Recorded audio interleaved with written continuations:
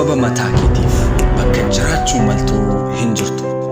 Soba ofitti himta, sababa dhiyeessita, garmalee dadhabeeraa, garmalee beeleeraa, boqonnaan na barbaachisaa jetta, yeroo hin qabu jetta, soba ofitti himta.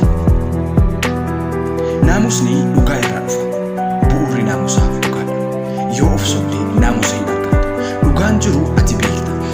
Kana caalaa ta'uu akka dandeessu beekta. Kanumatu si baraachisaa jira. Sababii kee hundumaatu soba waan ta'eef. Dhugaan bilisa si baasa. Dhugaan naamusa siif fida. Dhugaan jiru immoo yeroo qabda, ogummaa qabda, beekumsa qabda. Dhuguma sochii qaamaa hojjechuu hin barbaaddu. Dhuguma dammaqxee sireerraa ka'uu hin barbaaddu. Gammachuu battalaa sanaaf harka hin laatin. Gurra kee keessa tuttuqaa sana harka hin laatin. Hin dhaggeeffatin. Namni kamiyyuu yeroo hojjechuu barbaadutti waan fedhu hojjechuu danda'a. Namni kamiyyuu yeroo miira keessa jiru hojiitti mul'atee parsantii 100 kennuu danda'a. Garuu guyyoota miira sitti hin dhaga'amne maaltu ta'a? Yeroo sochii qaamaa hojjechuuf miirri keessatti hin tolle maaltu ta'a?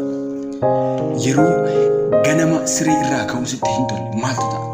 Guyyoota sitti hin tolles dammaquu sirra jira. Sababiin isaa guyyoota sitti hin tolle sanaaf deebiin ati deebistu jireenyi kee eessatti akka hin dhaabbatu murteessa. Guyyaa tokko ganama boroo dammaqi. Guyyaa tokko isa booddee fiigi. Waan hojjettu hojjedhu.